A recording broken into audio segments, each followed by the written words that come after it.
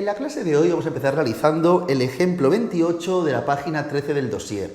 Si recordáis, en la anterior clase indicamos que si podíais realizaseis este ejercicio en vuestras casas. Es un ejemplo muy sencillo. ¿Por qué? Porque nos preguntan por los componentes del vector respecto a la base canónica, que es el tipo de ejercicios más sencillo que nos podemos encontrar dentro de este apartado, ¿de acuerdo? Entonces vamos a resolverlo. Disponemos de una base y disponemos también de los componentes del vector respecto a dicha base. Entonces, vamos a ir planteando la información. El primer componente del vector respecto a la base es 2, lo multiplicamos por el primero de los vectores, que sería 1, 2 y menos 2, los vectores de la base, ¿verdad? Seguidamente, ¿qué tenemos? Que restarle, en este caso, tenemos el menos 2, segundo componente del vector respecto a la base, multiplicado por el segundo de los vectores de la base, ¿verdad? Que sería en este caso 4 menos 1, 4. Seguidamente tenemos el tercero de los componentes, que es otra vez 2, y el tercero de los vectores de la base, 4, 0, menos 1.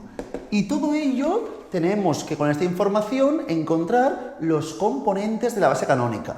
Me es indistinto que planteemos x, y, z, a, b, c, lambda sub 1, lambda sub 2, lambda sub 3. Me es indistinto. Yo plantearé ahora mismo lambda sub 1. Recordad que la base canónica era 1, 0, 0.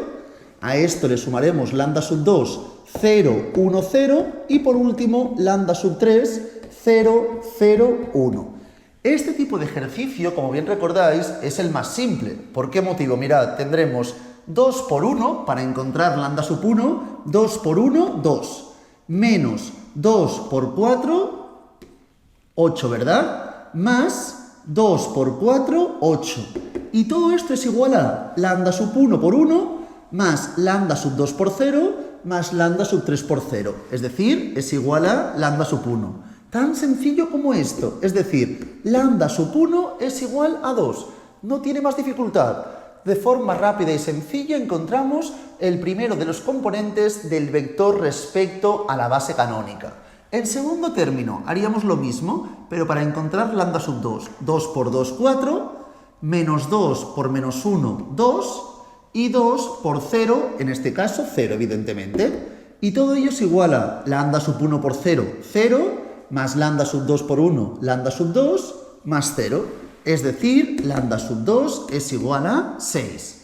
Y me falta el último componente, que sería 2 por menos 2, menos 4, menos 2 por 4, menos 8, 2 por menos 1, menos 2. Y todo ello igual, evidentemente, a lambda sub 3, es decir, menos 14. Ya tenemos ahora mismo los componentes del vector respecto a la base canónica. 2, 6 y menos 14. Ya está hecho.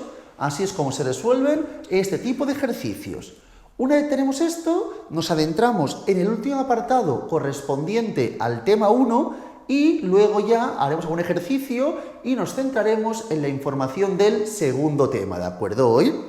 Entonces, vamos a la página 13, parte inferior, subespacio vectorial. Aquí empiezan planteándonos, en el primer concepto teórico que podéis ver, la información de si disponemos de un espacio vectorial denominado V, ¿de acuerdo? Si cogemos un subconjunto de vectores de V, vamos a ver qué requisitos deben cumplir para que este subconjunto, que ahora voy a denominar W, realmente sea un subespacio vectorial de V, ¿de acuerdo? Repito, tenemos un conjunto de vectores, un espacio vectorial, y vamos a mirar qué requisitos debe cumplir para que un subconjunto de V cumpla los requisitos y se convierta en un subespacio vectorial. Básicamente estudiaremos dos requisitos, ¿de acuerdo? Que los tenemos en la parte inferior de esta misma página 13 y también podéis visualizarlos de forma con nomenclatura más bien matemática en la página 14, parte central superior, donde tenéis dos puntos negritos, ¿de acuerdo? En este caso, entonces, dos puntos negrizos. En primer término, vamos a mirar la información de la primera condición que se debe cumplir una vez tenemos un subconjunto de vectores, para ver si cumple los requisitos correspondientes a un subespacio vectorial. Para ello, básicamente, como podéis ver en la página 14, primer punto negrizo, si tenemos dos vectores, aquí nos ponen U y V, que pertenecen al W, que es un subconjunto de vectores del espacio vectorial V, ¿de acuerdo? Para que, primer requisito, este sea un subespacio vectorial, se debe cumplir que el sumatorio de los vectores, es decir, uno más otro, ¿de acuerdo? El sumatorio de los... el sumatorio de los vectores sea un vector que pertenezca, en este caso, a el subespacio vectorial, al subconjunto, ¿de acuerdo? Se debe cumplir este requisito. El sumatorio de los vectores deben pertenecer también a W, para cualquier vector, ¿de acuerdo?, que se encuentre en este subconjunto. Y en segundo término, que si multiplicamos un vector de dicho subconjunto, lo multiplicamos por un escalar, en ese caso también debe pertenecer a el mismo subconjunto. Es decir, si tengo, por ejemplo, U que pertenece a este subconjunto y además tenemos, por ejemplo, que alfa pertenece a los reales, entonces se debe cumplir que alfa multiplicado por el vector debe también pertenecer al subconjunto correspondiente. Si se cumplen estos dos supuestos, estos dos requisitos, entonces hablaremos que W es un subespacio vectorial de V, ¿de acuerdo? A partir de aquí, mirad, tenemos el ejemplo 29, lo haremos todos juntos, no creo que nos cueste nada plantear esta información. En primer término me dice comprobar si los subconjuntos siguientes son o no son subespacios vectoriales, ¿de acuerdo? El primero corresponde a A0. Tenemos esta información, ¿de acuerdo? Y me dice siempre que A pertenezca a los reales, Y nos plantean este subconjunto. Debemos comprobar ambos supuestos. Primero, si yo planteo, por ejemplo, en este caso, A sub 1, 0. Esto es un vector cualquiera. Por ejemplo, pongo U, ¿de acuerdo? Y pongo que el vector V corresponde a sub 2, 0. Tenemos esta información. Si sumamos ambos, ¿qué nos quedaría en este caso, por favor? Sumando ambos tendríamos A sub 1 más A sub 2, 0. Evidentemente es un real, porque la suma de reales da un real, y 0, que es perteneciente a la información de este subconjunto de vectores. Por lo tanto, el primer requisito sí que se cumple. Miremos el segundo. En el segundo, ¿qué tenemos que hacer? Coger esta información, A sub 1, 0, y lo multiplicamos por un escalar, alfa, ¿de acuerdo? ¿Y qué nos quedaría en este caso? Alfa multiplicado por A sub 1 y 0. Claro, si es un escalar que pertenece a los reales multiplicado por un número real, evidentemente esto será un número real. También se cumple este supuesto. Por lo tanto, tenemos que este subconjunto corresponde a un subespacio vectorial. Hemos hecho la primera parte, es decir, el A. Me voy al B. En el B tenemos la siguiente información, un poquitín más complejo, pero ya veréis que estos ejercicios es básicamente conocer los dos supuestos, aplicarlos y no tiene más dificultad. Tenemos A más B x a la 2, siempre y cuando A y B pertenezcan a un polinomio de grado más pequeño o igual a 2, ¿de acuerdo? En este caso, A y B pertenezcan a los reales, ¿de acuerdo? En este caso, a partir de aquí, ¿qué realizamos? Pues vamos a sumar también dos vectores. Imaginaos, por favor, primera condición, que tenemos el vector U, que es A sub 1 más B sub 1 por X elevado a la 2. Y tenemos el vector V, que corresponde a sub 2 más B sub 2 por X elevado a la 2. Si sumamos ambos vectores, ¿qué nos quedaría? Tendríamos A sub 1 más A sub 2 más B sub 1 más B sub 2 multiplicado por X a la 2. Si os fijáis al fin y al cabo, si sumamos dos reales, esto será un real. Y aquí estamos en la misma situación. Por lo tanto, este vector corresponde, en este caso, evidentemente, pertenece a el subconjunto. Y luego si multiplicamos U por alfa, por ejemplo, ¿qué me quedaría? A sub 1 multiplicado por alfa, es decir, un real, más B sub 1 multiplicado por alfa, un real, multiplicado por X a la 2. también se cumple sin ningún problema, ¿de acuerdo? De momento, los dos ejemplos A y B corresponden a subespacios vectoriales. Y tenemos el último, que el último corresponde en este caso a A1, 0, ¿verdad? Tenemos A1, 0. Entonces, deben cumplir también ambos supuestos. Empecemos por el primero, por favor. En el primero tenemos la siguiente información. Tenemos, por ejemplo, el vector U, que corresponde a A1, 1 y 0. Y el vector V, que corresponde a A2, 1 y 0. Si sumamos ambos, tendremos en este caso A1, voy a ponerlo así, A1 más A2, que es un real, perfecto, se cumple ese supuesto, y 2. Claro, esto hace que no se cumple, porque la forma tiene que ser con 1. Esto no pertenece a este subconjunto. Por lo tanto, no podemos decir que en este caso hablemos de un subespacio vectorial. Así de sencillo, así es como se resuelven este tipo de ejercicios. Una vez visto esto, ya hemos analizado toda la parte teórica correspondiente a este primer tema y vamos a mirar algún ejercicio. Tampoco haremos todos ellos, ni mucho menos, pero miraremos alguno de los que nos pueden llegar a preguntar en el examen.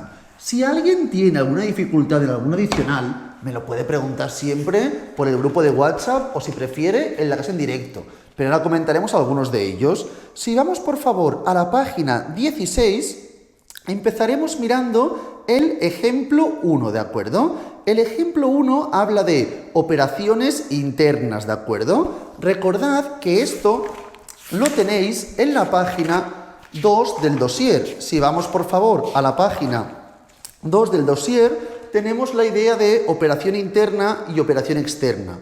Página 2, parte central inferior.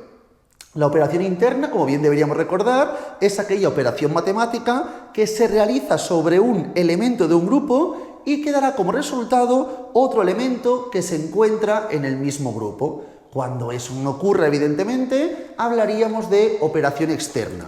Esto solamente para comentar esta información y si os fijáis, en ejemplo 1 de la página 16 nos dice: la suma de números naturales es una operación interna dentro del conjunto de naturales. Recordar que los números naturales son los números positivos. Si sumamos dos números positivos, ¿obtendremos un número positivo? Pues evidentemente sí, ¿verdad? No hay duda que evidentemente sí. Por lo tanto, la A es cierta. La B, el producto de números enteros es operación interna dentro del conjunto de los números enteros, es decir, de z. Si multiplicamos dos valores cualquiera, obtendremos un número entero, sea positivo o negativo. Si solo hablamos de números positivos, son naturales. Si hablamos de enteros positivos o negativos, hablamos ahí de los números enteros, la z, ¿de acuerdo? N naturales, z números enteros. Si multiplicamos dos valores cualquiera, siempre encontramos, es decir, que sean enteros, siempre obtendremos un valor entero, no hay duda. Es decir, la A y la B son operaciones internas. La C, la resta de números naturales, es una operación interna. Si yo hago 3 menos 5, número natural y número natural, ¿de acuerdo? Porque es la resta, aquí nos da un número natural. Evidentemente no, será un número entero, pero no natural porque es negativo. Por lo tanto, la C es falsa. ¿Y la D qué me indica la D? El cociente de números enteros es operación interna dentro de números enteros. Si yo hago 3 entre 5, son dos números enteros, o 3 entre menos 5, si queremos, es indiferente, podemos tener aquí valores negativos, en este caso, ¿obtendríamos un valor entero? Evidentemente no, por lo tanto, tampoco es cierto. Una vez visto esto, os voy a comentar unos cuantos, os dejaré nada, unos pocos minutos, intentáis resolverlos y todos juntos ahora mismo los comentamos. Mirad por favor el ejemplo 7 y ejemplo 13 de esta página 16 y luego el ejemplo 16 y 21 de la página 17. Os dejo unos minutos y ahora todos juntos solucionamos estos 4 ejemplos que hemos comentado. Cualquier duda, dificultad que tengáis adicional a estos ejercicios, por favor preguntádmelo por el grupo de WhatsApp. O si preferís, repito, en la clase en directo. Los dejo unos minutos y ahora todos juntos lo comentamos.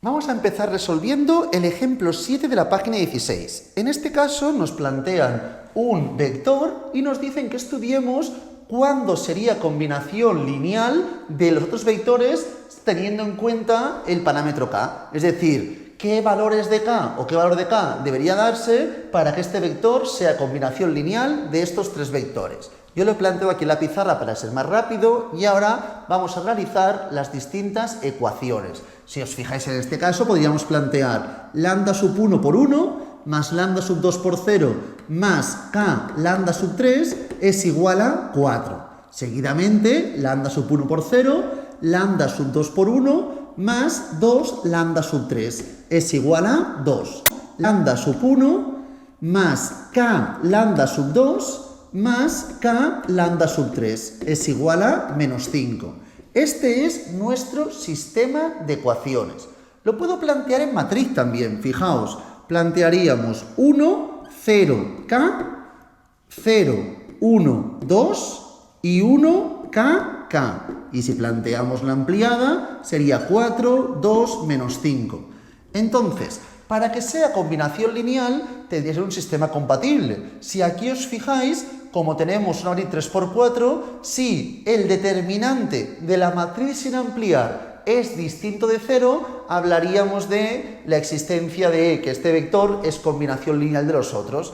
Entonces vamos a mirar para qué valores de esta información tenemos que el determinante de la matriz sin ampliar sea distinto de 0. Así de sencillo, mirad, planteo determinante 1, 0k, 0, 1, 2 y la última fila que sería 1kk. A partir de aquí, planteamos k, 0 y 0, menos k por 2, es decir, menos 2k y 0. Es decir, que tenemos en este caso, k se va con k, que menos 2k es la solución, ¿de acuerdo? En este caso, de este determinante. ¿Y qué queremos estudiar? Que si esto fuese igual a 0, no es combinación lineal. Si es distinto de 0, sí que sería combinación lineal. Para que esto sea distinto de 0, ¿qué se debe cumplir? Pues que la k, evidentemente, sea distinta de 0. Así es como resolvemos este tipo de ejercicios, ¿de acuerdo? Cuando la k es distinta a 0. Una vez tenemos este, miremos el siguiente, por favor. El número 13. El número 13 tenemos aquí en este caso tres vectores que nos dan y nos indican para qué valores del parámetro a estos vectores forman un sistema generadores del espacio vectorial de R a la 3. Importante, para ello teníamos tres vectores en este caso, perfecto, y deben ser como linealmente independientes. Para estudiar ello, trabajamos otra vez con el determinante, ¿verdad? Igual que he hecho en el ejemplo anterior. Estos ejercicios del primer tema no serán muy complejos, solamente que a veces las palabras nos cuestan, son poco cotidianas para nosotros y nos puede un poco complicar el ejercicio, pero como tal, desde un punto de vista matemático, no serán nada complejos. En este caso tenemos la información de menos 2, 3, 2, ¿verdad? Seguidamente, a más 2, 0 y 3. Y para finalizar, 5, 3 y a. Tenemos que buscar que esto sea determinante distinto a 0. Voy a buscar 0, 3 por 3, 5, 45 y 2 por 3, 6 multiplicado por a más 2.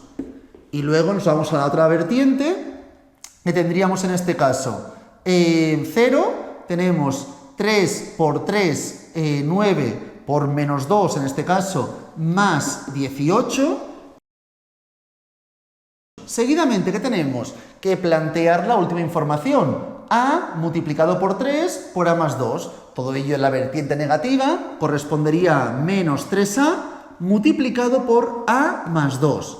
Importante, queremos que todo esto sea distinto de 0. Yo voy a mirar cuándo es igual a 0, ¿de acuerdo? Vamos a mirar cuando todo ello es igual a 0. Es una ecuación con una sola incógnita, la a. Debemos resolver este ejercicio. Y planteo 45 más 6a más 6 por 2, 12, más 18, menos 3a por a, 3a a la 2, menos 3a por 2, 6a. Esta es la información con la que estamos trabajando igualado a 0. Me queda 45 más 30, 75, 6a menos 6a se va, menos 3a a la 2 es igual a 0. Es decir, 75 es igual a 3a a la 2, 25 es igual a la 2, raíz de 25 es igual a A, es decir, puede ser 5 o menos 5. Si la A fuese 5 o menos 5, ahí en ese caso no se cumpliría esta información, ¿de acuerdo? Entonces, tenemos que la respuesta A, ¿para qué valores del parámetro A? Estos vectores forman un sistema generador del espacio vectorial R3 siempre que la A sea distinta a 5 y distinta a menos 5. Esta es la información con la que responderíamos el ejemplo 13A. El 13B... ¿son linealmente independientes? Pues lo mismo, serán linealmente independientes cuando esto sea distinto de 0 y por lo tanto cuando sea A distinto a 5 y A distinto a menos 5. No tiene más dificultad. Una vez visto esto, volteamos la página 17, y miramos los últimos dos ejemplos que hemos comentado que deberíamos resolver ahora mismo. El 16 y el 21. 16. Tenemos aquí, si os fijáis, tres vectores y me dicen comprobar que forman base de R3. Primera condición sencilla, tenemos, como podéis ver, tres vectores, ¿de acuerdo? Se cumple la primera condición. Y la segunda es que sean linealmente independientes. Para estudiarlo, el determinante debe ser distinto a 0. Lo planteamos rápidamente y tendríamos la siguiente información. Tenemos en este caso que trabajar, buscar el determinante de 0, 1, 4, 2, 1, 0, 7, menos 1, 2. 2 por 1, 0, 0, 1 tal, 4, 2, menos 8. Seguidamente, si esto evidentemente es distinto de 0, sí que diremos que se cumple lo que nos están preguntando en el ejercicio. Luego tendríamos menos 28, ¿verdad? 4 por 7 menos 28, 0 y menos 4. Es decir, en total, menos 40. Este es el determinante correspondiente. Por lo tanto, sí que forman base de R a la 3. Y luego me dice, calcular los componentes del vector menos 5, 2, menos 2. Vale, entonces vamos a mirar esta información. Nosotros en este caso tendríamos 5, 2, perdón, menos 5, 2, menos 2 y vamos a buscar 0, 1, 4, 2, 1, 0 y 7, menos 1, 2. Esta es la información que ahora debemos resolver. Esto es lo que nos están preguntando básicamente en este caso, ¿de acuerdo? Los componentes del vector en esta base con la que estamos trabajando ahora mismo. Los componentes del vector en esta base. Entonces vamos a plantear esta información. Para ello tendremos que resolver el sistema de ecuaciones. Tendremos las siguientes ecuaciones. Mirad. En primer término, lambda sub 1 por 0, tendríamos 2 lambda sub 2 más 7 lambda sub 3. Todo ello igual a menos 5. Seguidamente, tendríamos la información correspondiente a lambda sub 1 más lambda sub 2 menos lambda sub 3 es igual a menos 2. Perdón, menos 2 no, 2, Y el último, que correspondería a 4 lambda sub 1 más 2 lambda sub 3 y es igual a menos 2. Este es el sistema de ecuaciones que debemos resolver. ¿Se puede resolver de forma directa? Se podría plantear, pero ya que conocemos Cramer y Gauss, planteemos uno de los dos. Para plantear el ejercicio voy a hacer Cramer yo en este caso, ¿de acuerdo? Además, hemos calculado ya anteriormente el determinante.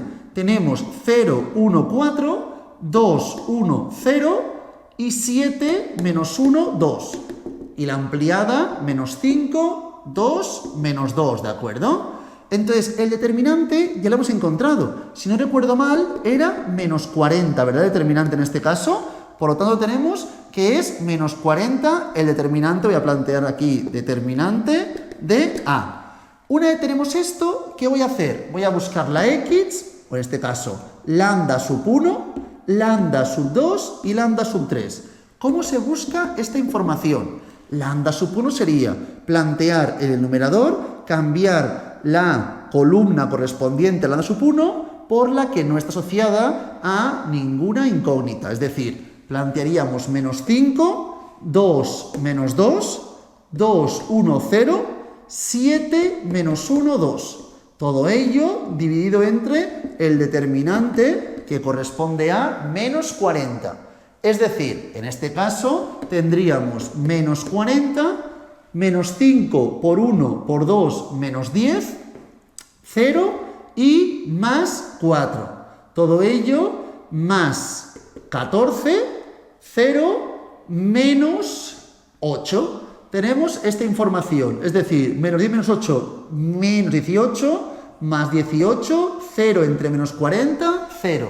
Lambda sub 1 valdría 0, ¿de acuerdo? Seguidamente haría lo mismo con lambda sub 2, modificando esta columna por esta. Tendríamos entre menos 40 y la información correspondiente a 0, 1, 4, menos 5, 2, menos 2 y 7, menos 1, 2, ¿de acuerdo? Así es como resolveríamos esta información. Y lo mismo con lambda sub 3. Para no perder tiempo, por favor, calculadlo y los resultados que debéis encontrar en este ejemplo, en el ejemplo número 16, serían en este caso lambda sub 1, 0, lambda sub 2, 1 y lambda sub 3, menos 1. Es decir, aquí encontraríamos 1 y aquí menos 1. Por lo tanto, 0, 1, menos 1. Estos serían los componentes del vector respecto a esta base. Y una vez tenemos esto, nos adentramos ya en el último ejercicio, que es el 21, donde nos plantean calcular una base y la dimensión del subespacio vectorial de R3 definida por esta información que aquí tenemos, que es que x más y es igual a 0 y x más z es igual a 0. Mirad cómo se plantea esta información. Estos ejemplos no son muy recurrentes, pero a veces os preguntan en el examen y mejor saber realizarlos evidentemente, ¿de acuerdo? Entonces, vamos a mirar este tipo de ejemplos, cómo se llevaría a término. En este caso, tenemos que x más y es igual a 0 y seguidamente que x más z también es igual a 0. Por lo tanto, vamos a plantear todo en función de x. Mirad, tenemos que y es igual a menos x y tenemos que z es igual a menos x. Por lo tanto, si yo tengo estos componentes, x, y y z, tenemos que en este caso la y vale menos x. Podría plantear de la misma forma, a partir de estos datos, x menos x y la z también es menos x. Menos x. Esta es nuestra información. A partir de aquí puedo otorgar cualquier valor que quiera. Por ejemplo, si la x fuese 1, tendríamos 1 menos 1 menos 1. Todos tendrán la misma forma. Si fuese 3, 3 menos 3 menos 3. ¿Qué ocurre básicamente? Que en este caso diríamos que esta es una base y la dimensión hace referencia al número de vectores. ¿Cuántos vectores tenemos? Solamente un tipo. Si hubiese dado, por ejemplo, que la y puede ser menos x o x, tendríamos dos dimensiones, pues tendríamos una opción sería esta y otra sería x menos x, ¿de acuerdo? En el supuesto que la y pudiese ser dos valores, pero no es el caso. Por lo tanto, como la y solo puede ser menos x, solo tenemos una dimensión, ¿de acuerdo? Así es como planteamos este tipo de ejercicios. Muy parecido, si queréis practicar, el número 22 también. Una vez tenemos esto, hemos finalizado ya toda la información correspondiente a los ejercicios del primer tema. Nos adentramos ya en el segundo tema. Para ello vayamos a la página 19 del dossier, ¿de acuerdo? En este caso empezaremos comentando aspectos que no deben costarnos en exceso. A lo mejor conceptos nuevos sean a partir de la página 19, parte inferior, la norma de un vector. No sé si algunos lo estudiasteis ya durante bachillerato, pero bueno, miraremos toda esta información. La primera parte, la parte inicial de este tema 2, bueno, tema 1, segunda parte, es bastante sencillo, ¿de acuerdo? Al fin y al cabo, en este caso nos hablan del producto escalar, que es básicamente una multiplicación de dos vectores. Planteamos siempre lo mismo. Si tenemos v y tenemos, por ejemplo, u, ¿de acuerdo? Voy a plantear otro x para que sea más visual. Y tenemos que el vector v, por ejemplo, es v sub 1, v sub 2 y v sub 3. Y el vector x es x sub 1, x sub 2 y x sub 3. Para hacer la multiplicación nos dará un valor concreto. Entonces será hacer esto por esto, es decir, v sub 1 por x sub 1 más v sub 2 por x sub 2 más el tercer componente, v sub 3 por x sub 3. Y así es como resolveremos este tipo de ejercicios. No tiene más dificultad, ¿de acuerdo? A partir de aquí, en la parte central superior de la página 19, antes del ejemplo 1, tenéis dos puntos blanquecinos. El primer punto blanquecino, diremos que dos vectores son perpendiculares u ortogonales, ¿de acuerdo? Si su producto escalar es 0. Cuando el producto escalar sea 0, diremos que son perpendiculares ambos vectores, ¿de acuerdo? Y seguidamente vemos las propiedades. Propiedades básicas del producto escalar. Primera, pues la propiedad conmutativa. ¿Qué quiere decir eso? Que si tenemos, por ejemplo, que A por B es lo mismo que el vector B por el vector A. Exactamente misma información, ¿de acuerdo? Seguidamente, la distributiva respecto a la suma de vectores. Si tenemos, por ejemplo, A multiplicado por B más C, ¿qué ocurre? Que esto es igual, se puede plantear y obtendremos misma información que A por B más A por C, ¿de acuerdo? También se cumple esta propiedad. La siguiente propiedad es la asociativa, que corresponde a ¿qué? Aquí tenemos un escalar, por ejemplo, planteamos alfa. Alfa multiplicado por el vector A, todo ello multiplicado por el vector B.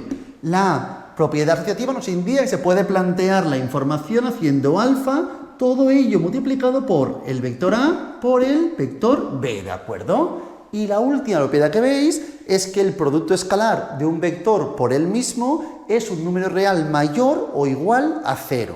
Una vez tenemos esto, aquí tenéis un seguido de cálculos. No creo que nos cueste nada estos cálculos. Empezaremos por el ejemplo 1, el último de ellos, ¿de acuerdo? Donde tenemos que el vector A corresponde en este caso a 1, 7, menos 2 y el vector B corresponde a 0, menos 2, menos 1. Entonces, ¿qué hacemos para multiplicar ambos? El producto escalar corresponderá a hacer uno por otro, es decir, en este caso 0, más 7 por menos 2, es decir, menos 14, más menos 2 por menos 1, es decir, 2, ¿verdad? En este caso sería menos 12. Así es como se calcula el producto escalar de este ejercicio. Una vez tenemos esto, nos vamos ahora sí ya a una parte un poco más compleja, que es la norma de un vector. Es un poco más complejo porque no lo hemos oído, pero respecto a cálculos no tiene ningún tipo de dificultad. Antes de nada vamos a explicar conceptualmente qué nos indica la norma de un vector. Básicamente corresponde a la longitud del vector, ¿de acuerdo? El número mide básicamente la flecha que representa el vector. Si, por ejemplo, tenemos aquí nuestra información, esta flecha sería la norma, ¿de acuerdo? La norma del vector. Para ello, básicamente, se representará siempre de esta información, con este modo, ¿de acuerdo? Con esta nomenclatura. Y corresponde a la raíz, en este caso, ¿de acuerdo?, de los componentes al cuadrado del vector. Es decir, tenemos, por ejemplo, un vector formado por tres componentes, a sub 1, a sub 2 y a sub 3. Para buscar la norma del vector, plantearemos cada uno de estos componentes al cuadrado, sumaremos todos y realizaremos la raíz correspondiente. Es decir, plantearíamos a sub 1 al cuadrado más a sub 2 al cuadrado más a sub 3 al cuadrado. Y esta raíz nos dará el valor correspondiente. Así es como se resuelve la norma de vector. Como veis, no es muy complicado, pero conceptualmente es algo que no hemos visto y veremos cómo se aplica en distintas partes del temario. Entonces, una vez tenemos esto, planteamos un ejemplo muy sencillo. Voy a hacer el B. En el B tenemos un vector, que es el vector con los componentes menos 2, menos 1, menos 3. ¿Qué voy a hacer? Voy a buscar la norma del vector, ¿de acuerdo? Para ello haremos la raíz de el primer componente menos 2 al cuadrado, el siguiente menos 1 al cuadrado y el último menos 3 al cuadrado. Es decir, tendríamos 3 al cuadrado 9, 9 más 1 más 4. Es decir, la norma del vector sería raíz de 14. Así es como se resuelven este tipo de ejercicios. Una vez visto esto y relacionado con algunas propiedades, el ángulo entre vectores, ¿de acuerdo? Vamos a mirar las propiedades de la norma de un vector. Vamos a mirar cuáles son las correspondientes propiedades. En primer término, importante, la norma del vector siempre será mayor o igual a 0. Siempre la norma del vector es igual o mayor a 0, ¿de acuerdo? Se puede plantear también la información así, es decir, podría haber planteado esto así sin ningún tipo de problema. Norma del vector mayor o igual a 0. ¿Cuándo será 0? Pues si es 0 quiere decir que el vector era 0, ¿de acuerdo? Segundo condicionante, segunda propiedad, cuando estamos multiplicando en este caso lambda, por ejemplo, un escalar por el vector. Si planteamos la información de la norma, es equivalente a plantear el escalar en valor absoluto multiplicado por la norma del vector. Es exactamente la misma información, siempre y cuando, evidentemente, el escalar pertenezca a los reales. Seguidamente, una vez hemos visto estas dos propiedades, vamos a la tercera propiedad. Estas propiedades me sirven para un poco entender mejor las características de la norma de grupo, ¿de acuerdo? Y repito, las explico porque tienen relación con lo que veremos luego en ángulos entre vectores. Tercera, perdonad ya, la desigualdad triangular. ¿Qué quiere decir? Que si planteamos un vector, otro vector, y hacemos la norma del sumatorio, siempre será menor o igual a la norma de un vector más la norma del otro vector por separado, ¿de acuerdo? Es decir, si yo sumo los dos y hago la norma, será menor o igual a si hiciésemos la norma por separado y luego sumásemos ambos valores. Y de forma análoga ocurre con la multiplicación, ¿de acuerdo?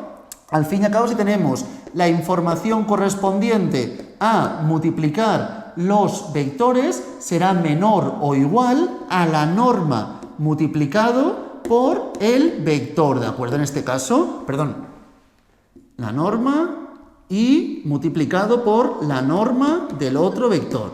Entonces, esta es la información que también debe quedar claro desde el principio. Esta es la desigualdad de Schwarz, ¿de acuerdo? Seguidamente, si tenemos un vector distinto de 0, si el vector es distinto de 0, entonces tenemos la siguiente información, que 1 entre la norma del vector multiplicado por el vector, ¿de acuerdo?, será unitario. Es un vector unitario, ¿de acuerdo? Esta información, si el vector, repito, es distinto de 0, el vector correspondiente a esta información es un vector unitario. Es lo que denominamos muchas veces como la normalización. Si nos preguntan, normalizar un vector, correspondería a plantear esta información, ¿de acuerdo? 1 entre su norma por el vector en cuestión. Esto es lo que denominamos como la operación de la normalización del vector. Y nos quedan los últimos dos, que corresponden a que un vector cualquiera será igual la norma a si hiciésemos en valor negativo, porque evidentemente, como está al cuadrado, me es indistinto cómo plantearlo. Y la última, la 7, es la misma información que veremos más adelante justo en ángulo de vectores, que es lo siguiente, y esto me interesa también bastante. Normalización y lo que explicaré ahora es lo que más me importa de estas propiedades, porque son preguntas que a veces nos realizan, ¿de acuerdo? Que corresponde básicamente a, si tenemos un vector y lo multiplicamos por otro vector. Es decir, la multiplicación de vectores es igual, que quede claro, a la norma de un vector multiplicado por la norma de otro vector y todo ello multiplicado por el coseno del ángulo entre vectores, ¿de acuerdo? Es decir, el coseno de alfa correspondería al ángulo entre x e y. Esta información es fundamental y por lo tanto puedo hacer lo siguiente. A partir de esta información puedo aislar el coseno. Coseno de alfa correspondería a x, el vector x por el vector y entre la norma del vector x por la norma del vector y. Así es como podremos buscar el coseno de alfa, ¿de acuerdo? Así es como se podrá buscar esta información. Ya que estamos, y ya os lo comento, que todo esto lo tenemos seguidamente, ¿de acuerdo? Tenéis en la información que cuando tengamos esto y tengamos un valor cualquiera, tenemos el valor a, ¿qué ocurrirá? Que si quiero buscar alfa, tendremos que hacer el arco coseno de esta información, de valor obtenido. Mediante el arco coseno de A obtendremos el ángulo alfa, ¿de acuerdo? Mediante la información del arco coseno de este valor. Una vez tenemos esto, si os fijáis por favor en la página misma 20, tenemos seguidamente ángulo entre vectores. Entonces aquí tenéis la información de un vector y otro vector. Para buscar este ángulo, ¿qué haremos básicamente? Pues aplicaremos esta fórmula de aquí, la que ya hemos comentado, ¿de acuerdo? Así encontraremos el coseno y luego tengamos el coseno, mediante el arcoseno tendremos la información correspondiente al ángulo con el que estamos trabajando, ¿de acuerdo? Todo esto viene de esta información que es la propiedad 7 que hemos explicado en la parte superior. Para que lo veamos muy sencillo, me dice el ejemplo 3 de esta misma página. Encontrar el ángulo que forman los vectores 1, 1, 0 y 2, 9, 6. Vamos a plantear esta información, ¿de acuerdo? Mirad, tenemos dos vectores. El vector x, que corresponde en este caso a 1, 1, 0. Y el vector y, que corresponde en este caso a 2, 9, 6. En primer término, en el numerador tenemos que hacer el producto escalar, que ya sabemos hacerlo, ¿verdad? 1 por 2, 2, más 1 por 9, 9, más 0 por 6, 0, es decir, 11. En el numerador tendremos el valor 11, ¿de acuerdo? Y en el denominador, ¿qué tendríamos, si os fijáis? La norma de x y la norma de y. Norma de x sería raíz de 1 al cuadrado más 1 al cuadrado, es decir, raíz de 2. Y en el denominador, ¿qué tendríamos? Tendríamos 2 al cuadrado más 9 al cuadrado más 6 al cuadrado. Esta es la información que tendríamos que multiplicar esto por esa información, ¿de acuerdo? Si lo calculáis todo, tendremos que el coseno de alfa os dará en este caso, después de realizar los cálculos, es decir, 11 entre esto por esto, os dará 1 entre raíz de 2, ¿de acuerdo?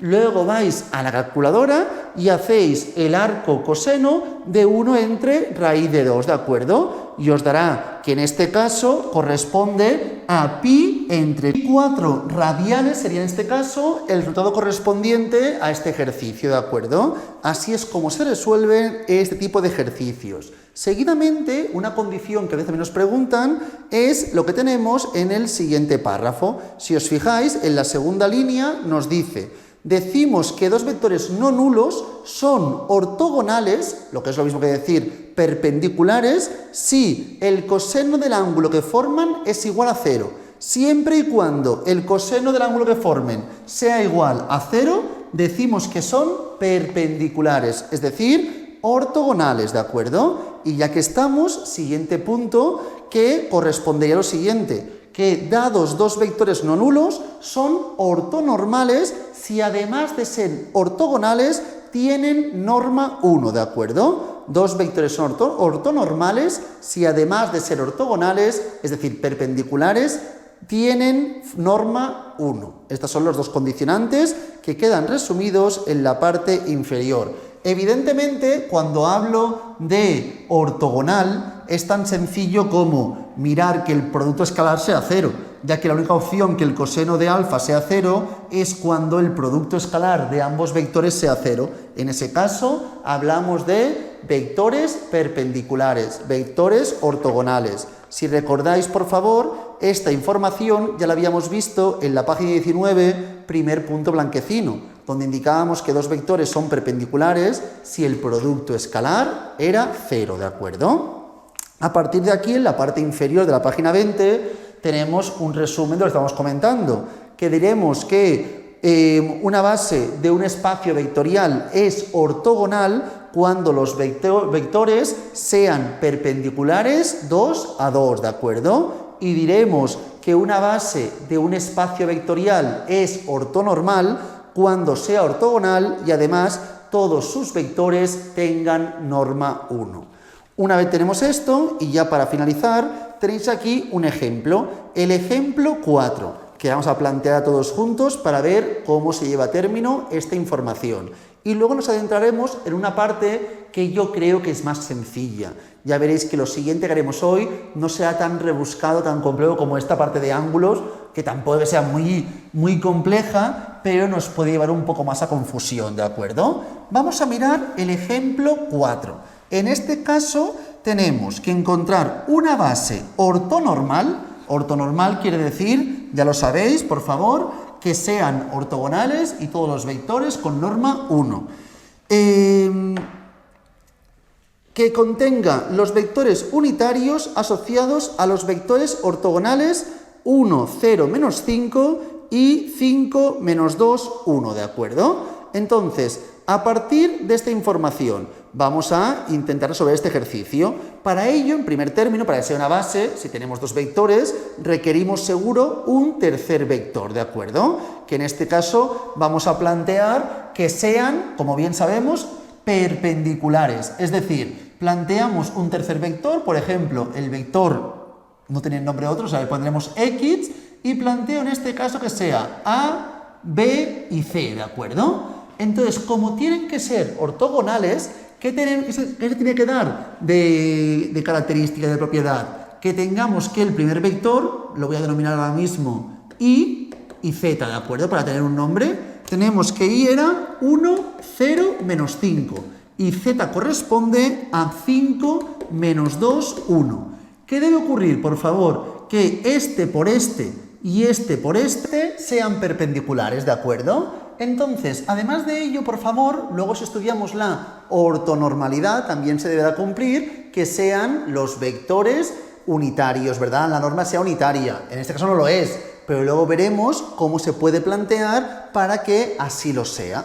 Una vez tenemos esta información, ¿qué realizaremos? Por favor, vamos a plantear la solución de que sean ortogonales. Para que sean ortogonales, si multiplicamos ambos, deben ser 0 el producto escalar, ¿verdad? Entonces tenemos que X por Y debe ser 0. Y también planteamos que X por Z también debe ser 0. Es decir, que tendríamos A, B, C multiplicado por 1, 0, menos 5 debe ser 0. ¿Y cómo lo resuelvo esto? Muy sencillo. A por 1, A. B por 0, 0. Menos 5C, esto es igual a 0, ¿verdad?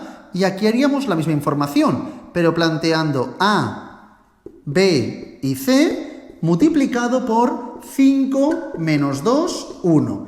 Y esto debe ser 0. A por 5, 5A. B por 2, menos 2B. Y C por 1, C. Esto debe ser igual a 0, ¿de acuerdo? Para plantear la información de este tercer vector, correspondiente a la base ortogonal de momento, vamos a plantear la información correspondiente a todo en función de C, pues sea lo más sencillo en este caso. Mirad, planteamos que la A es igual a 5C. Y luego plantearemos en este caso que si la A es 5C, tendríamos 5 multiplicado por 5C menos 2B más C es igual a 0. Me quedaría 25C, 26C, el 2B pasa aquí sumando y el 2 dividiendo. Es decir, tendríamos 26C es igual a 2B, tendríamos que 13C es igual a B. Por lo tanto, este de aquí podríamos plantearlo como A5C B, 13C y la C. Así es como se puede plantear esta información. Una vez tenemos esto, hemos estudiado en primer término que sean ortogonales. Ahora el siguiente paso, ¿cuál sería? Mirar que tengamos tres vectores, que es lo que ya hemos hecho ahora mismo, y que sean linealmente independientes, para asegurar que sean una base, ¿verdad? Siempre los dos condicionantes, tener tres vectores y que sean una base. Entonces, por lo tanto, que sean linealmente independientes. Por lo tanto, para estudiar que sean linealmente independientes, planteamos la información correspondiente a los tres vectores y estudiaremos para qué valores de C serán o no serán linealmente independientes. Planteemos la información. Buscamos el determinante. 1 por menos 2 por C, menos 2C. 5 por 5 por 13C. Como también está negativo, tendríamos en este caso 25, 13, 250, 325, menos 325C. Seguidamente, 0. Aquí tendríamos menos 10, 5, 50, menos 50C, menos 13C, ¿verdad? Menos 13C, y lo otro ya es 0. Todo ello lo voy a igualar a 0, para ver cuándo son linealmente dependientes, y yo quiero lo contrario, cuando no lo sean. Tenemos 325, 50 y 15. Si no me equivoco, menos 390, C es igual a 0. Entonces, para que esto sea 0, la C debe ser igual a 0. Por lo tanto, siempre que la C sea distinto de 0, ¿qué ocurrirá? Por favor, que serán ortogonales, ¿de acuerdo? Será una base ortogonal, bueno, serán ortogonales no, quiere decir, será una base ortogonal porque son linealmente independientes, cuando la C sea distinta de 0. Una vez tenemos esto y tenemos ya los tres vectores indicados, ¿qué tiene que ocurrir? Que sean ortonormales. Para mirar la ortonormalidad elegimos un valor de C. Por ejemplo, para hacerlo sencillo, trabajamos con C igual a 1, ¿de acuerdo? Y tenemos un primer vector que es el 1, 0, menos 5, otro segundo vector que es el 5, menos 2, 1, y el tercero que ahora sería 5, 13 y 1. Porque hemos planteado que la C sea 1. He planteado C1, pero me serviría cualquier otra opción, ¿de acuerdo? Cualquier otra también me serviría. Una vez tenemos esto, ¿qué hacemos? Por favor, cogemos y estudiamos la norma. La norma sería aquí 1 al cuadrado más menos 5 al cuadrado, 25, raíz de 26, ¿verdad? Aquí la norma sería 5 al cuadrado, 25, 2 al cuadrado 4, 1, 30, raíz de 30.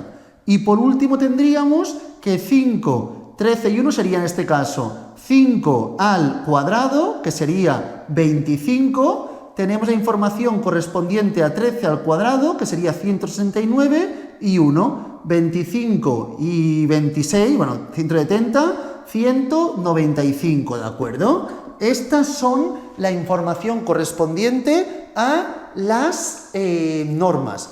Y recordad que antes lo hemos explicado, para trabajar con un ejemplo normalizado, cuyo el vector básicamente sea un vector unitario, ¿qué hacíamos? Recordad, el vector lo podíamos multiplicar por 1 entre la norma. Así es como lo normalizábamos, para que fuese ortonormal. Por lo tanto, aquí teníamos una base ortogonal.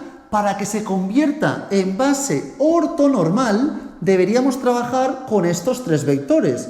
1 entre raíz de 26, 0 entre raíz de 26 y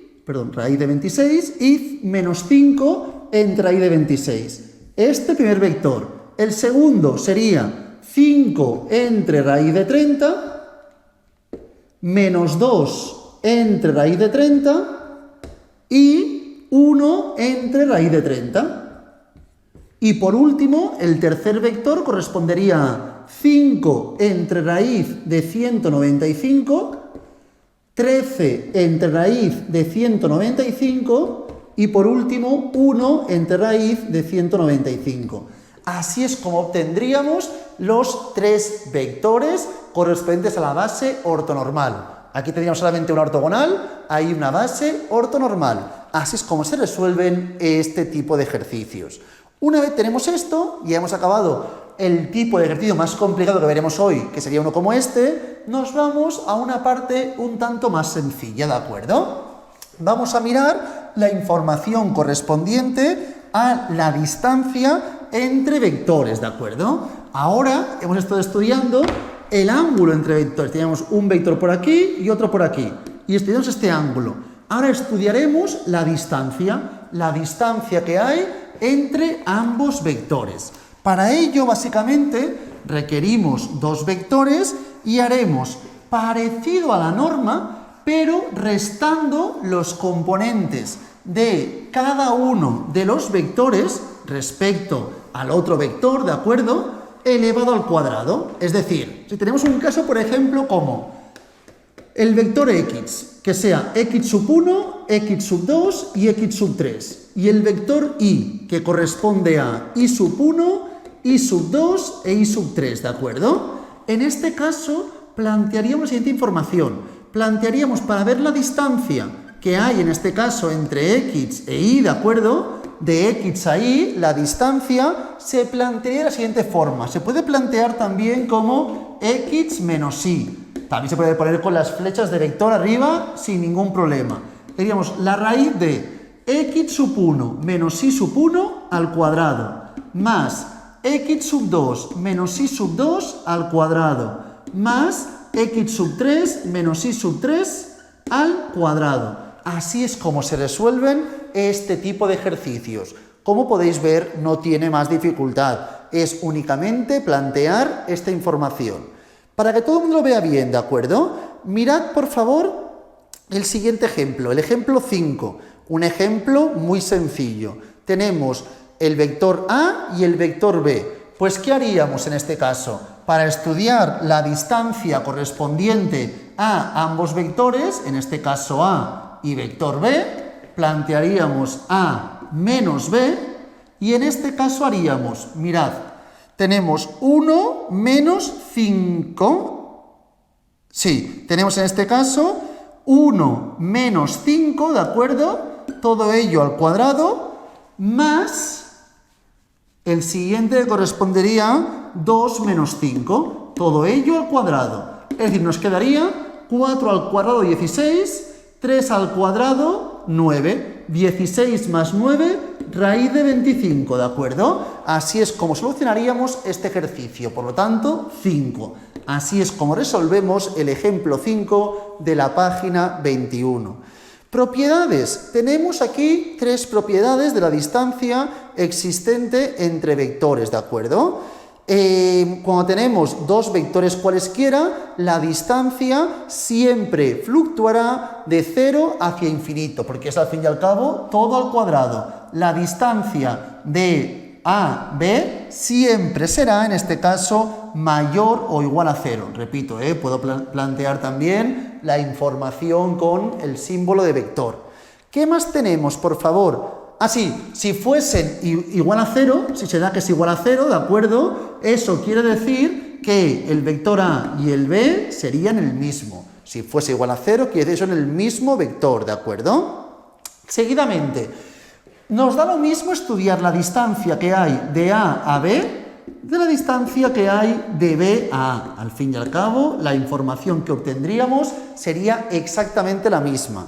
Y por último, la desigualdad triangular. Es decir, si tenemos, por ejemplo, 3 vectores, un vector, otro vector y otro vector, la distancia de aquí a aquí será menor o igual que la que hay de aquí a aquí y luego de aquí a aquí, ¿de acuerdo? Entonces, la distancia, si este es el vector U, por ejemplo, os voy a poner, para hacerlo más sencillo, A, B y C, ¿de acuerdo? Vector A, vector B y vector C. La distancia de A a C será siempre menor o igual que la distancia de A a B más la distancia de B a C. Esta información también es clave y deberíamos entenderla bien desde un buen principio. Una vez tenemos esto, me preguntan aquí por el cálculo de la distancia entre los siguientes ejemplos, no son muy complejos, plantearlos con tranquilidad, no creo que tengáis dificultades. El primero es 3 menos 1, 2 al cuadrado, 4 raíz de 4, 2. Y los siguientes es ir sumando y restando los distintos componentes correspondientes. Luego tenemos aquí dos ejemplos que es una aplicación de lo que hemos comentado a ejemplos más bien prácticos. El ejemplo 7 y el ejemplo 8, ¿de acuerdo? Haremos una cosa. El ejemplo 7 lo explicaremos aquí ahora mismo, pero el ejemplo 8 lo haréis en vuestras casas. Igualmente os dejo unos minutos para que intentemos entender cómo se plantea esa información. Es básicamente, mediante vectores, solucionar problemas de ejercicios. No tiene más dificultad. Pero quiero ver hasta ahora si se ha entendido muy bien la parte de vectores y cómo lleváis a término esta información. Intentar plantear el ejemplo 7, ya todos juntos, por favor, lo solucionamos.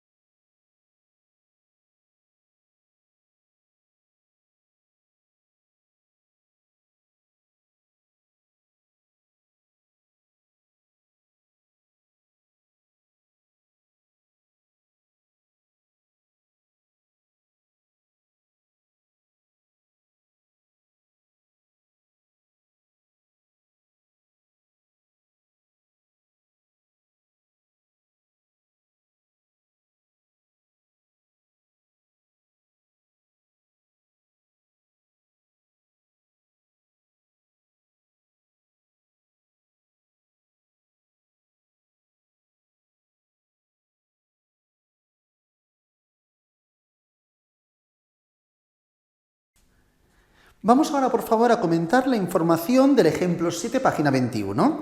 Aquí tenemos, Alex compra una frutería 3 kilos de cerezas, 4 de peras, 3 de naranjas y 5 de manzanas. Y la Berta, 2, 2 y 4, ¿de acuerdo? Tenemos los precios correspondientes y me dice, representa la información de este problema utilizando vectores. Pues voy a plantear, mira, Alex, que es con la A, vector A, ¿de acuerdo? Berta, que es con la B, vector B. Y el precio con el vector P, ¿de acuerdo? En este caso, planteamos, en primer término, cerezas. Cerezas son 3, ¿verdad? En este caso, tenemos peras, 4. Tenemos naranjas, 3 y manzanas, 5. Berta, cerezas, 2. Seguidamente, peras, 0. Seguidamente, naranjas, 2 y por último, manzanas, 4. Y los precios de las cerezas son 0,75. Seguidamente tenemos de las peras, que sería 0,6. Seguidamente de las naranjas, que sería 0,5. Y por último, tendríamos las manzanas, que serían 0,4. Esto es básicamente los vectores que nos pedían. Una vez tenemos esto, ¿cómo es el vector total de compras de Alex y Berta? Pues ponemos A más B, ¿verdad? Y sumamos la información. 3 más 2, 5. 4 más 0, 4. 3 más 2, 5. Y 5 más 4, 9. Así es como plantearíamos el ejercicio B. El C, calcula su coste. Pues, ¿qué haremos? Cogemos esta información y la multiplicamos por P, ¿verdad? Si esto es la compra total, plantearíamos compra total multiplicado por precio, es decir, 0,75 multiplicado por 5, más 0,6 multiplicado por 4, más 0,5 multiplicado por 5, más 0,4 multiplicado por 9. Lo que nos dé correspondería al coste total. Y luego nos dice que comprobemos que si planteamos, por un lado, la compra correspondiente a Alex por el precio y le sumamos luego la compra de Berta por el precio, nos tiene que dar exactamente lo mismo. Lo podéis comprobar. Haríamos en este caso 3 por 0,75 y así seguidamente hasta el último, que sería 5 por 0,4. Y todo ello sumándole la información de Berta, que sería en este caso 2 por 0,75, hasta el último, que sería 4 por 0,4. Esto nos daría un valor, esto otro valor. Si sumamos ambos, debería dar esta información, ¿de acuerdo? Intentar hacer también, por favor, el número 8 para acabar de practicar este tipo de ejercicios y nos centramos ya en la última parte de la clase de hoy, ¿de acuerdo? Nociones topológicas básicas.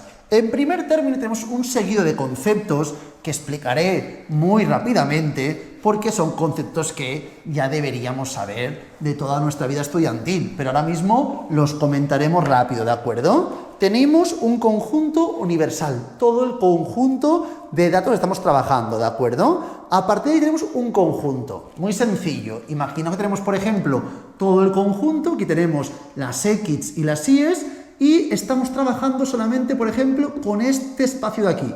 Pues este espacio de aquí sería básicamente un conjunto de todo el conjunto universal, ¿de acuerdo? Luego tenemos el conjunto complementario. Si yo estudio esta información, todo lo que está fuera de esta información es el conjunto complementario. Luego tenemos la frontera. La frontera sería esto que aquí estoy marcando ahora mismo, ¿de acuerdo? Que son todos los elementos del conjunto que se encuentran en el extremo de este, ¿de acuerdo? Es decir, todos aquellos puntos que están en el extremo, que está prácticamente a punto de salir o entrar al conjunto. Y luego tenemos una bola abierta que nos plantean aquí, con un ejemplo gráfico que puedo visualizar en la parte derecha. Si os fijáis, tenéis el P sub 1, el P sub 1 sería un punto interior, P sub 2 sería un punto frontera y P sub 3 sería un punto exterior del conjunto en el que estamos trabajando. A partir de aquí nos plantean dos ejemplos, haremos aquí ahora mismo el 9, el 10 por favor, hacedlo en casa. Es información que creo que no debería costarnos en exceso, ¿de acuerdo? Aquí tenemos una bola abierta con centro en -1, 0 y radio igual a 2. Seguidamente planteamos la información mediante el gráfico. Mirad, generalmente cuando planteamos cualquier tipo de esfera planteamos siempre lo mismo. Se plantea x a la 2 más y a la 2 es igual al radio al cuadrado. Esto para representar básicamente el círculo como tal. Entonces, en este caso, como estamos planteando una bola, plantearemos menor o igual según si es cerrada o es abierta. En este caso, al ser abierta, únicamente menor, ¿de acuerdo? Esto sería en el supuesto que estuviésemos trabajando que el centro es 0, pero en este caso el centro no es 0, me plantean que el centro es -1, 0. Entonces, si aquí está el -1, aquí siempre tenemos a las x y aquí las y's, -1 e y es 0, ¿de acuerdo? Entonces plantearíamos, siempre cambiamos el signo al plantear la información, x más 1 al cuadrado. Las y's no han cambiado, se mantienen en el mismo eje, las y's no están ni para arriba ni para abajo, y el radio hemos dicho que era 2, por lo tanto 2 a la 2. Así es como planteamos la bola abierta, ¿de acuerdo? Sería algo así aproximadamente. Todo este espacio de aquí sería esta información. Si hubiera planteado esto con igual, estaríamos trabajando solamente la frontera, ¿de acuerdo? Si planteásemos menor o igual, sería una bola, en este caso, cerrada, ¿de acuerdo? Pero aquí hablamos bola abierta, planteamos así la información. Una vez tenemos esto, se podría plantear cualquier otro ejemplo. Imaginaos que me plantean x menos 5 a la 2 más y más 3 a la 2. Todo ello menor a 6 a la 2. ¿Qué quiere decir? Que el radio es 6 y el punto del centro de la bola se encontraría en la x más 5 y la y menos 3. Es decir, tendríamos x más 5 y menos 3. Aquí el centro con un radio de 6, ¿de acuerdo? En este caso, así es como plantearíamos esta información. Si os fijáis, por favor, en el siguiente caso tenemos que el centro es el 0, 0, porque la x y la y, en el ejemplo 10 estoy ya, En el ejemplo 10, la x y la y, veis que no sumo ni resto ningún valor. ¿Y qué ocurre? Que fluctúa entre 4 y 9. 4 quiere decir que el radio sería 2, porque es 2 al cuadrado, hacemos la raíz radio 2 y la raíz de 9, 3. Es decir, que para plantear el ejemplo 10 tendríamos que partir del centro y correspondería desde 2, si esto es 2, 2, 2 y 3, 3, 3, 3 y 3. Tendríamos el 2, bueno, lo he hecho un poco mal, y el 3, ¿de acuerdo? Este espacio de aquí sería el que estaríamos trabajando en nuestro caso, ¿de acuerdo? Así es como se plantea esta información. A partir de aquí, dos conceptos que ya hemos ido comentando, si hablamos de conjuntos abiertos o cerrados. Los conjuntos abiertos, como puedo ver también en el gráfico de la derecha, son aquellos donde la frontera no está incluida. Los valores de la frontera no están incluidos, ¿de acuerdo? En cambio, cuando hablamos de un conjunto cerrado, aquellos donde la frontera sí que está incluida.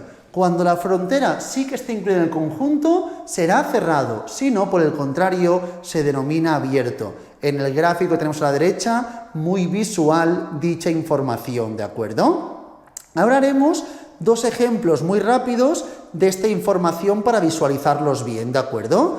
Vamos a plantear, que visualmente ya se ve, pero voy a plantear el tercer, el cuarto y el quinto caso dentro del ejemplo 11, ¿de acuerdo?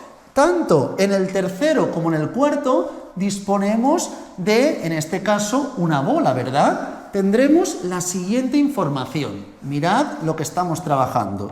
Tenemos que el radio será 1 y tenemos esta información.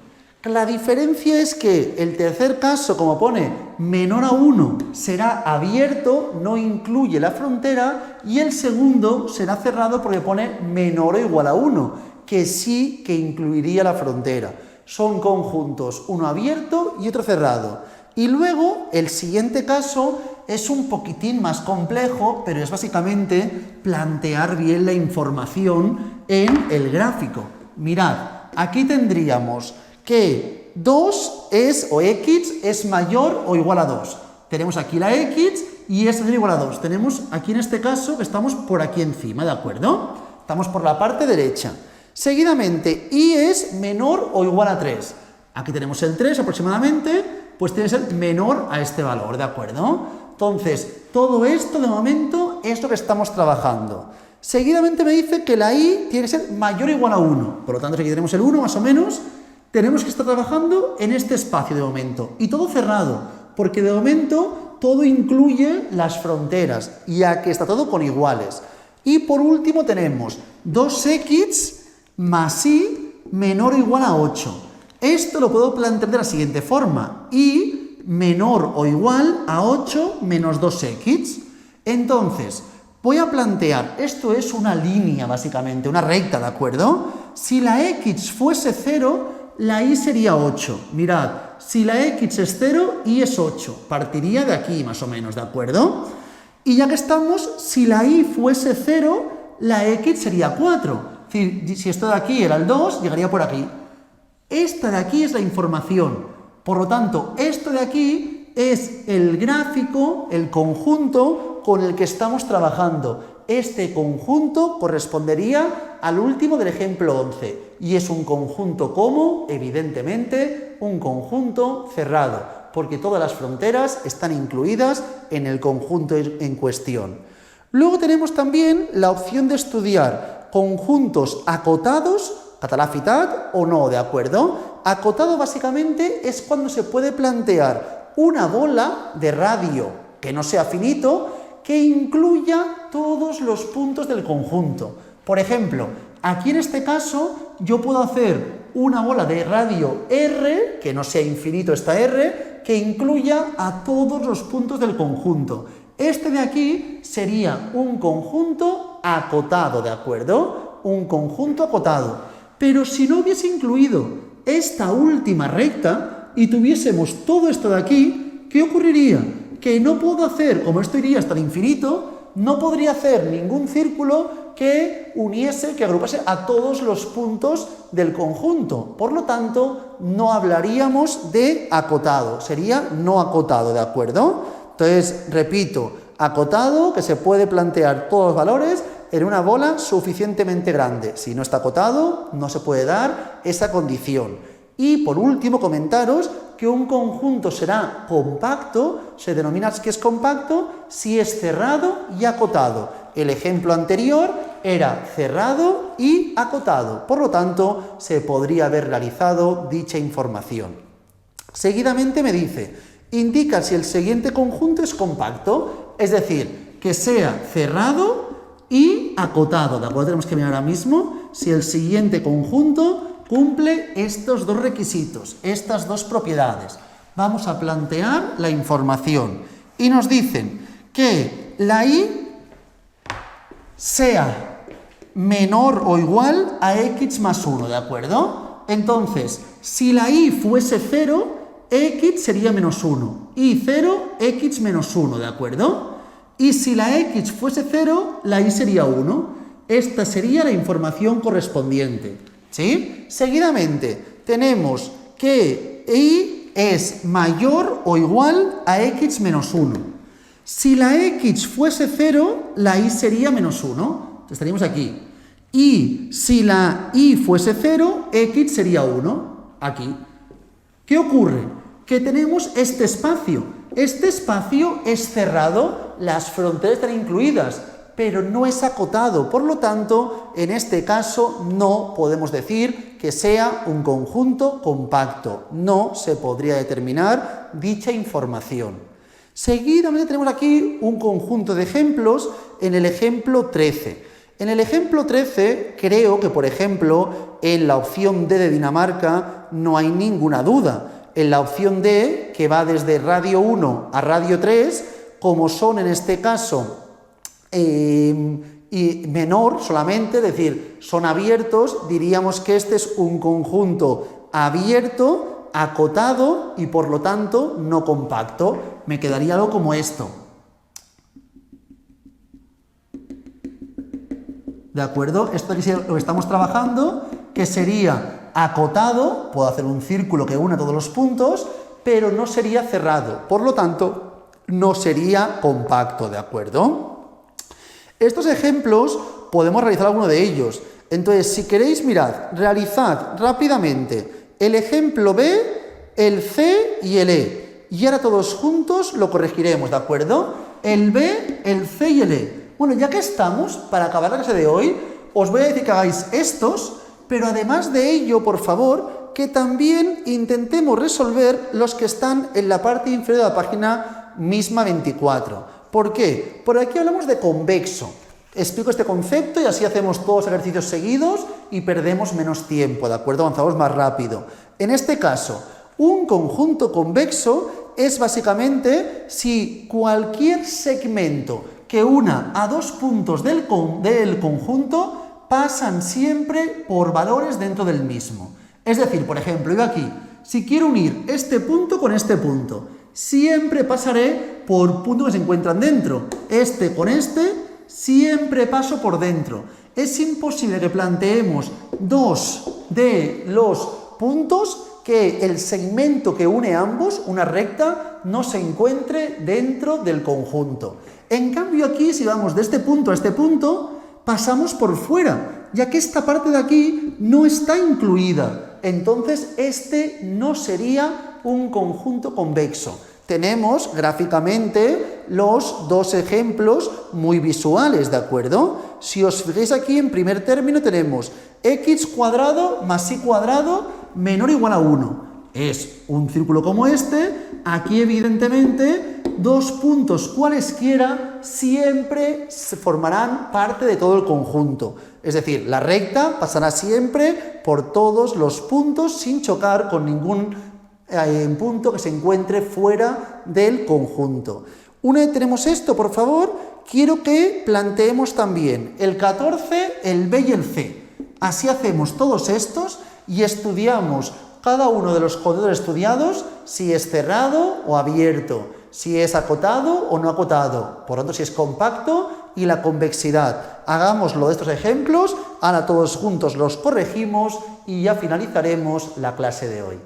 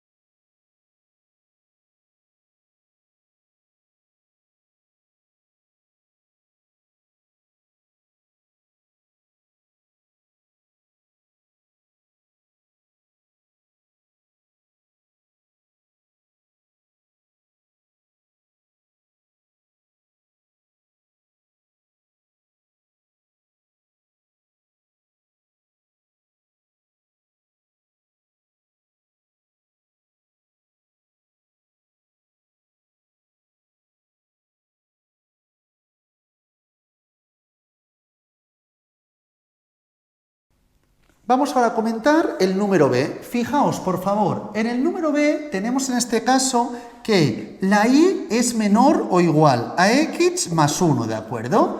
Si la x fuese 0, la y sería 1. Y luego tenemos que si la y fuese 0, la x sería menos 1. Por lo tanto tenemos esta información. Esta es una de las rectas de nuestro ejercicio. Seguidamente, me plantean que la x es menor o igual a 1. Por lo tanto, tenemos que está por aquí en la parte inferior. Y seguidamente tenemos que la y es mayor o igual a menos x menos 1. Por lo tanto, si la x fuese 0, la y sería menos 1. x0 corresponde a y menos 1. Y si la y fuese 0, la x sería menos 1 también. Por lo tanto, tenemos esta información. Este de aquí es nuestro conjunto, lo que estoy ahora mismo planteando. Este conjunto, no hay duda, que es cerrado, porque incluye todas las fronteras. Sería en este caso acotado, puedo plantear un círculo que una o que reúne todos los puntos del mismo y por lo tanto es compacto. Ya que estamos, también podría indicar que es convexo, porque siempre que planteamos dos puntos y una recta que los una, estaremos dentro siempre del conjunto estudiado. Esta es la información del B. En el C tenemos que la y es menor o igual a menos 1 menor o igual a 1 hasta menos 1 y con las x lo mismo. Me quedaría un cuadrado así, ¿de acuerdo? En este caso, igual que ocurría anteriormente, diríamos que es cerrado, que es acotado, por lo tanto compacto, y también diríamos que es convexo. Y por último, el E nos plantean y menos x a la 2 y menor o igual a 2. Muy importante, tenemos que la y es menor o igual a 2. Aquí tenemos esta información, trabajamos con la parte inferior. Y luego tenemos que y menos x a la 2 es mayor o igual a 0. Esto es, según lo que deberíamos saber, una parábola que parte de este punto, ¿de acuerdo? Y tenemos una información como esta. Por lo tanto, estamos trabajando con esto de aquí, que también tendría las mismas características explicitadas en los dos ejemplos anteriores. Convexidad y compacto, ya que hablamos de cerrado y acotado. Y por último tenemos los dos ejemplos del número 14, el B y el C, en esta misma página, donde tendríamos la siguiente información. Fijaos, por favor. Ahora mismo disponemos de los siguientes datos. Aquí tendríamos el B. Me plantean x menos y menor o igual a 2. Si la x es 0, la y sería menos 2. x0 y menos 2. Si la y fuese 0, la x sería 2, ¿de acuerdo? Tenemos esta información. Esto es lo que estamos trabajando.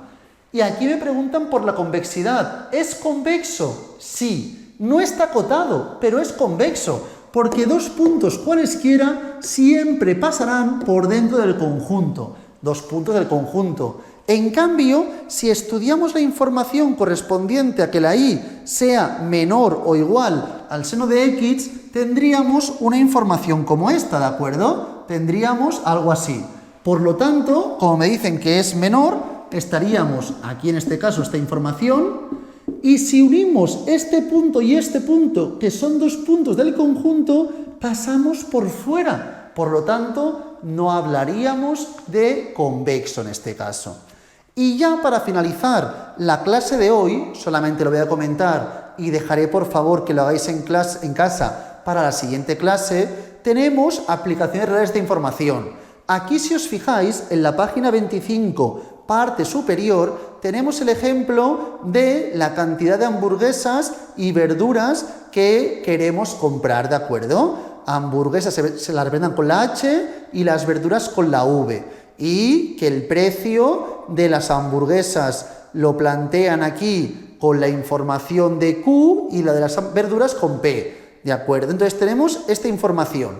Tenemos que el precio de las hamburguesas por la cantidad de hamburguesas más precio de verduras por cantidad de verduras tiene que ser menor o igual a m, que esto básicamente corresponderá a una restricción presupuestaria. La m es la renta, ¿de acuerdo? Lo que tenemos de dinero, sabiendo que evidentemente no podemos consumir negativo, ni de hamburguesas ni de verduras. A partir de aquí plantearemos la información correspondiente, que sería esto, añadiendo que las hamburguesas deben ser mayores o iguales a 0 y verduras también deben ser mayores o iguales a 0, quedándome un gráfico como el que puedo visualizar en la parte derecha. Esta es la información de representación, que sería como cerrado, compacto, porque es cerrado y acotado, y también diríamos que es convexo. Una vez visto esto, quiero que la siguiente clase, por favor, la empecemos resolviendo los ejemplos 15 y 16. No creo que tenga muchas dificultades, pero intentar plantearlos, por favor. Y luego ya, en la siguiente clase, finalizaremos toda la información correspondiente a este tema. Cualquier duda que tengáis, consulta, lo que sea, como siempre digo, por favor, indicármela por el grupo de WhatsApp, o si preferís, en la clase en directo. Lo dejamos por aquí y mucha suerte.